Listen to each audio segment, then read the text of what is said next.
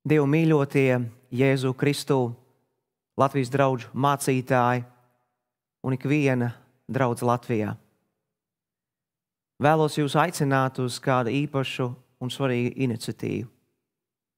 Latvijas lūgšana tīkls izsludina un aicina uz lūgšanu dienu par Latviju 20. martā visā Latvijā. Es ticu, ka daudz gadu garumā mūsu valstī, mūsu zemē dzīvo ļaudis, kuri mīl Dievu, kuri meklē Dievu un kuri arī lūdz par savu valsti.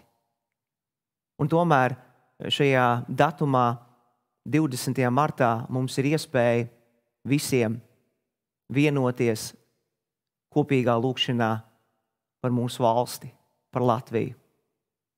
Es apzinos, ka mums nav iespēja sapulcēties vienā fiziskā vietā, bet zinu un ticu, ka mēs kā draudzes, kā ticīgie varam organizēt lūgšanu dievkalpojumus, lūgšanu vakars, lūgšanu sapulces un sanākt kopā un būt vienoti svētajā garā.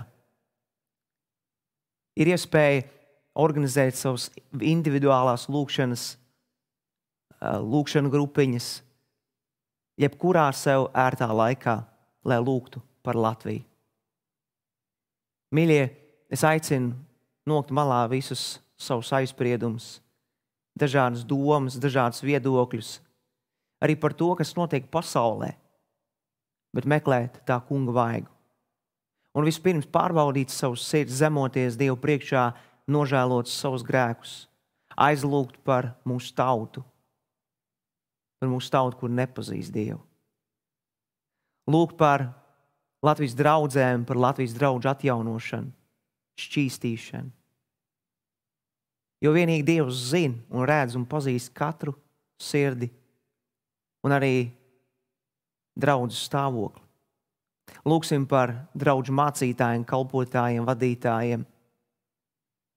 Un arī zinot to, kādā laikā mēs dzīvojam, domājot par drošību, domājot par kariem, karu daudzināšanu, par ko jau mūs brīdina Bībele, es domāju, ka mums jau sen vajadzēja būt nomodā par šīm lietām un iestāties un tuvoties Dievam un lūgt, lai Dievs ne tikai sargā mūsu valsti Latviju, bet ka mūsu sirdis ir gatavas savienoties ar mūsu kungu un glābēju. Un es ticu, ka ir vēl kāda svarīga lieta, par ko mēs varam lūgt, lai Dievs dod, ka mēs, kā Dieva draudze Latvijā, varētu pildīt šo funkciju, ka mēs varam būt kā šī gaisma kalna galā. Ka mēs varam nest evaņģēlija vēsti svētā gara spēkā. Nevis vienkārši runājot, bet ka šis evaņģēlijs tiek pasludināts ar spēku.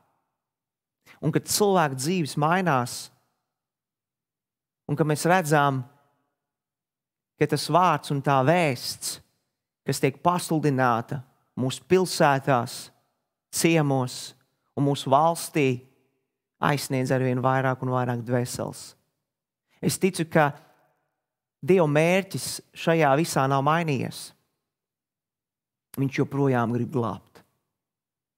Un viens no veidiem, kā mēs varam pielikt savu roku Dieva valstības darbā, ir lūgt. Un tas ir varens instruments. Un es ticu, ka tad, kad mēs patiesi zemojamies Dievu priekšā, ļaujam Dievam vispirms mūs mainīt, tīrīt, šķīstīt, Viņš mūs var sagatavot un lietot savam godam un savai slavai. Tāpēc aicinu jūs, mīļie brāļi, māsas, 20. martā veltīt laiku vienotai lūgšanai par Latviju. Un, ja tas atsaucās arī jūsu sirdīs, es aicinu arī gavēt. Zemosimies Dievu priekšā, nožēlosim savus grēkus, savus tautas grēkus, iestāsimies par savu tautu, par valdībām, par varām un par lietām, kas šobrīd satrauc daudz cilvēku sirds, un kas vēl stāv tikai priekšā. Lai Dievs jūs bagātīgi svētī, izmantosim laiku gudri.